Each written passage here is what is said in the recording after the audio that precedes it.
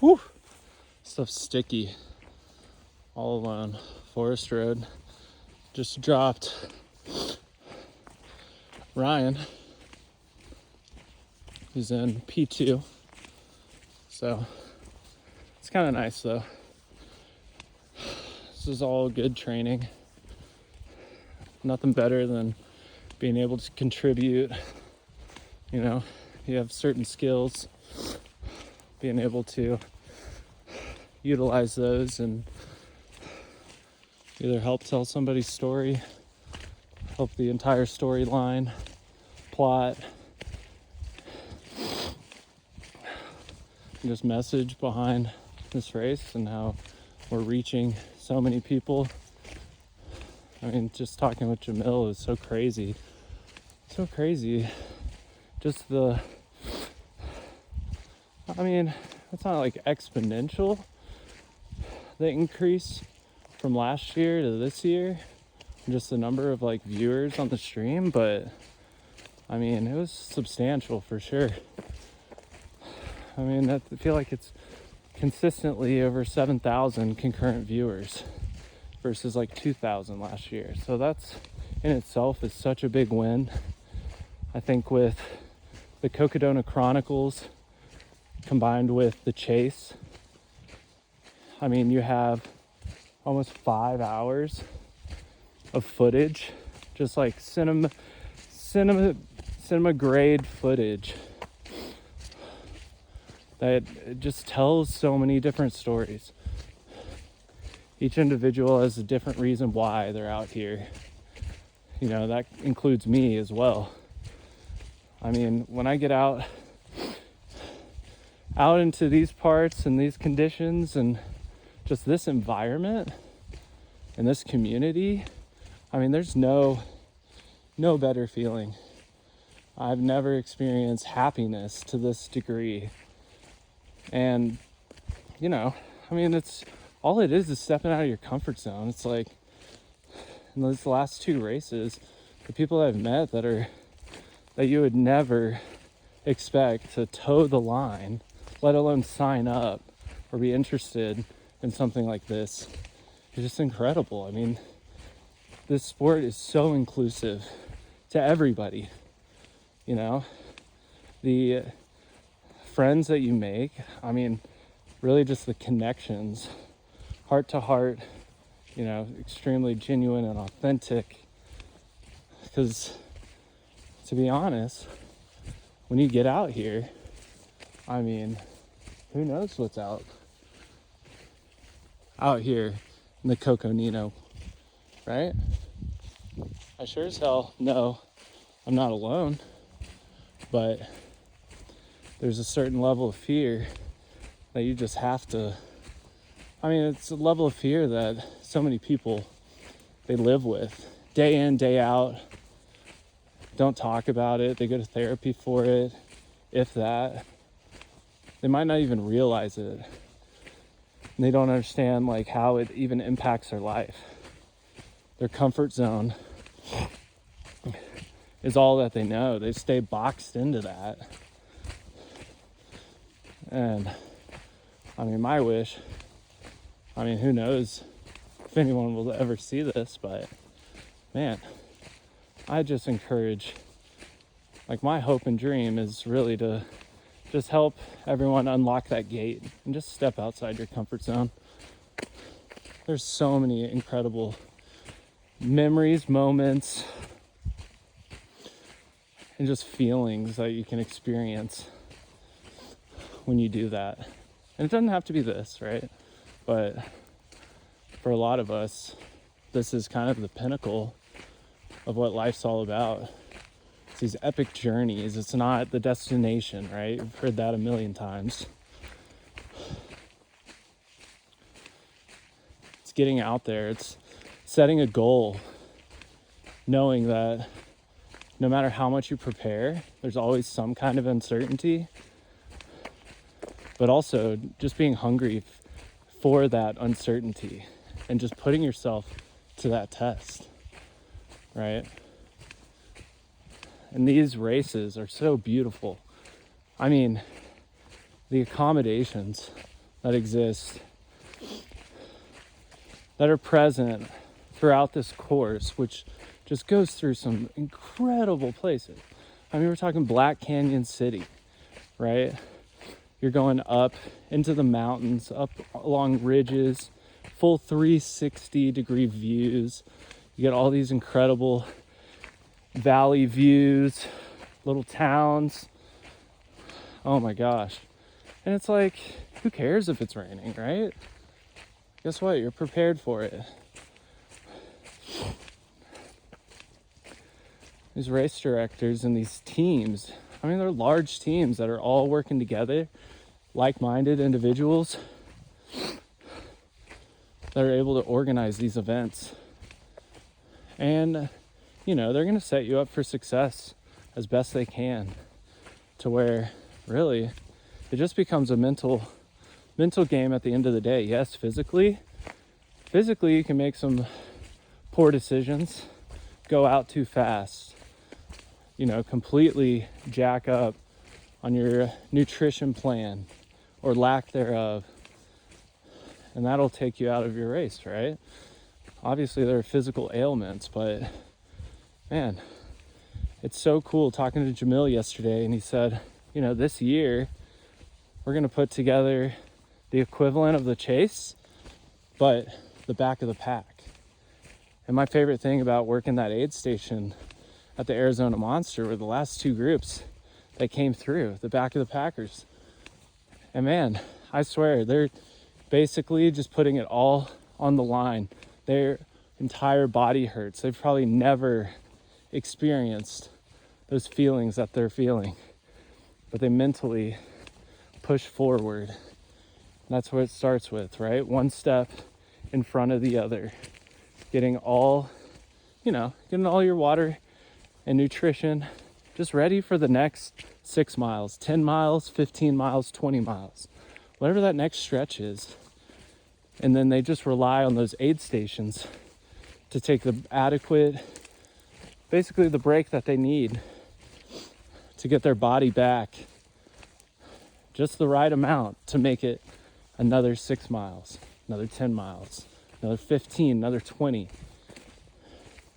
And it's amazing, like seeing those folks mile 233, and they just kept pushing forward, and they finished what they started. And it's just so cool for this to be such an inclusive event. I mean, you have some of the best endurance athletes out here, but then you also just have people that didn't even train, right? And who's to say that they're not welcome? I mean, and it's crazy, like no matter who you are, you celebrate those people, because their mentality, just that courage to, again, sign up, toe the line, and even start the race. I mean, that is amazing. And then, yes, like what you experience in between those bookends of the start and finish is that journey. And so, you know, yeah, this is only my second event, multi-day event that I've been a part of, but man, it's just insane just how everything is aligned to the point where, you know, this is exactly what I'm meant to do. This is exactly what I want to be a part of. I enjoy working with these teams. I enjoy problem solving on the fly. I enjoy participating in the events. You know, I like to get nervous, toe the line, and just expect the unexpected, and then, you know, face what you didn't expect to be the unexpected, right? I mean, obviously there's forecasts for the weather and everything, but man, I mean, it has just been nice drizzle, pouring down rain. That's crazy. And guess what? Nobody complained, except for, you know, I mean, I think rightfully so, you can complain about this 10-pound shoes, because that is a bitch and a half.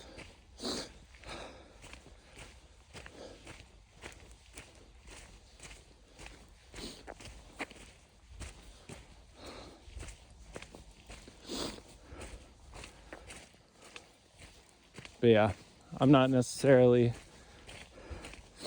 trying to tell everyone this is for them, but my goodness, you'd be shocked by the demographic that show up to these races. And guess what? It is incredible. It's beautiful, no matter who you are. I mean, the best part about that race was that we, you get to see the first runner come through. And then everyone up until that point that makes it there, you get to see the last runner come through. Guess what? Nobody got any special treatment. Actually, I take that back. Everybody got special treatment. Provided 5-star level of service for each and every runner. Man, it was so hot. Like, this is night and day difference. They were running through Tucson, middle of the day, even middle of the night, and then it's like, boom. Right when that sun creeps over the ridge, it gets real hot. There's some long stretches too. But, all you have to ask yourself is, how can I help you? And guess what? If you're a participant in the sport, you know exactly what each and every person needs 80-90% of the time. Unless it's something medical related, there's no better feeling than being able to anticipate what someone needs, but they don't know they need it. A lot of these people are going off of very little sleep right now. We're 41 hours into this thing. Some people have slept maybe like an hour. I would say that's probably the minimum, maybe. Like, that's insane. It's tough to even fathom that, right? So yeah, cognitively, you're definitely not at your, most sound level of thinking, especially in the moment. If you ever gone like on a long run and you're really not used to it, long adventure, you set everything down to take a break. You feel pretty lucid. Your body feels a little tingly and euphoric. And you're kind of out of it a little bit. So yeah, that whole part that's all about paying attention to detail, sometimes that's kind of out the window, and you're relying on your crew to help service you and give you those things. Well, there's a lot of aid stations that aren't crewable, and you're relying on the volunteers. Well, in many cases, those volunteers or runners, like, they're going to be looking out for you the same way your crew is. And how special is that? Again, no sport like it. I always talk about hockey being like the ultimate team sport, but man, this is the ultimate community sport. How cool is that?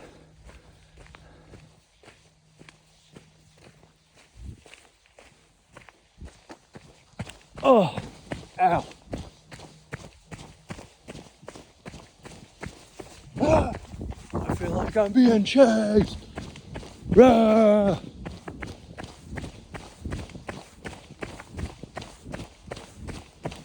It's stuff like that. Yeah, you get nervous.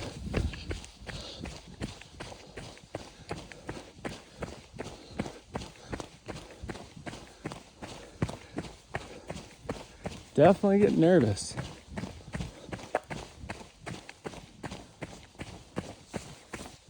And guess what? It's probably just my jacket at the end of the day.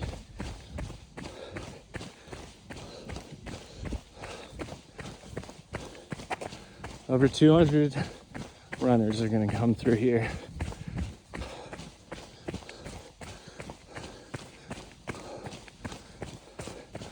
Pretty amazing.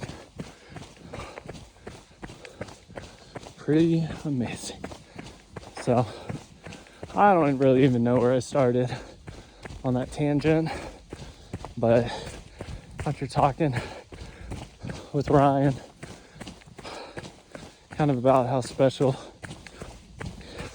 these races are, that journey, all those aha moments that you have, those problems that you kind of solve.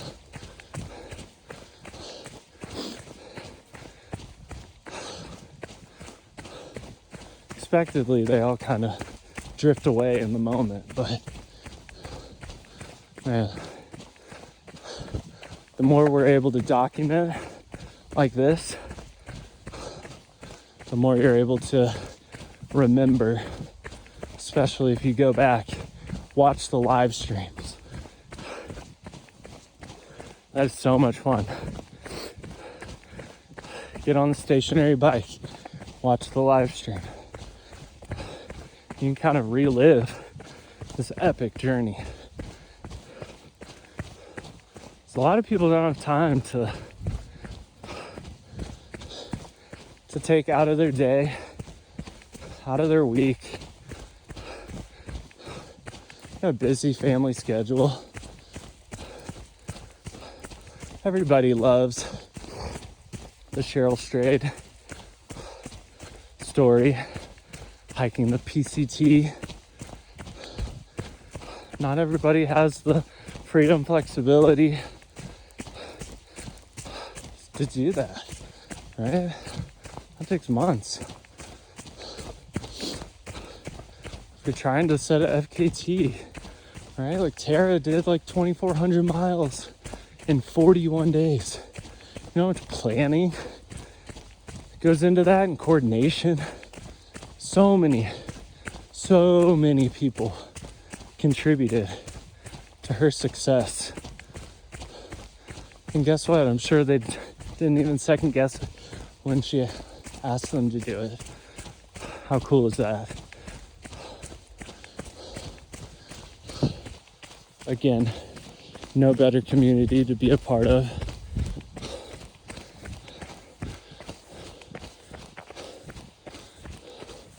And I've either been blessed or cursed with, being a person of many interests and hobbies I've tried out and just kind of not given up on, but, you reach a level of proficiency, and that's good, right?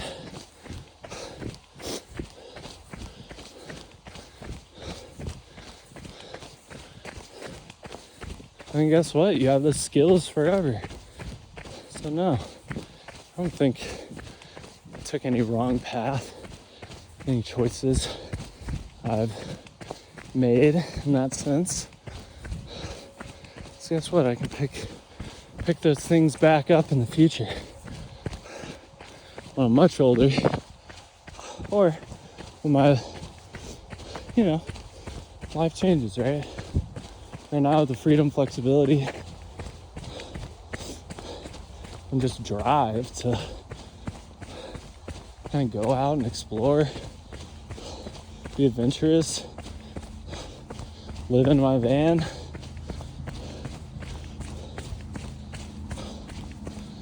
Yeah, there'll be time for all that other stuff, but I've never felt anything so fulfilling in my life.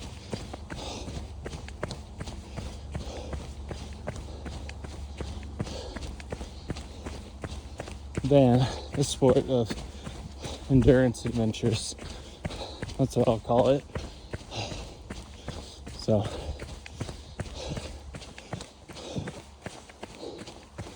once again, working that race the other month, best week of my life. Fast forward 3 weeks, on the best few days of my life. And then just kind of compounded. It was like a snowball effect. I was so sick. The journey out here.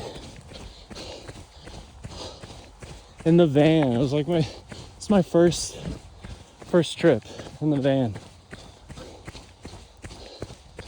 Incomplete by a lot of people's standards. I would say it's 40% complete. But guess what? I've been using it. Put over 11,000 miles on that thing.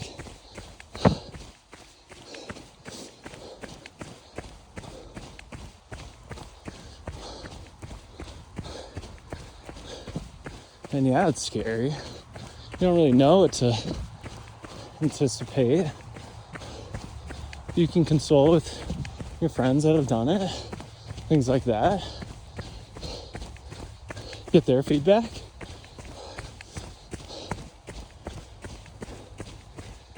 Their experience.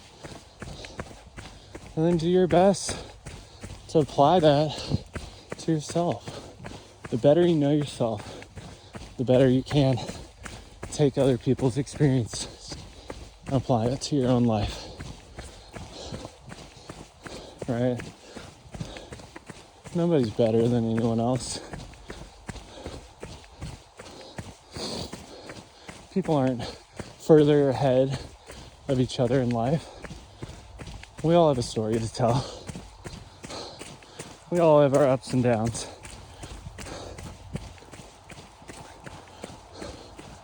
But also at the end of the day, majority of it's perspective. Majority of it's gratitude. Just waking up, telling yourself, asking yourself, how incredible is it that we're just alive and breathing? Just start there. Break that down. Tell me it doesn't give you a little jolt, a little burst of energy. Guess what? In the end, it'll all be okay.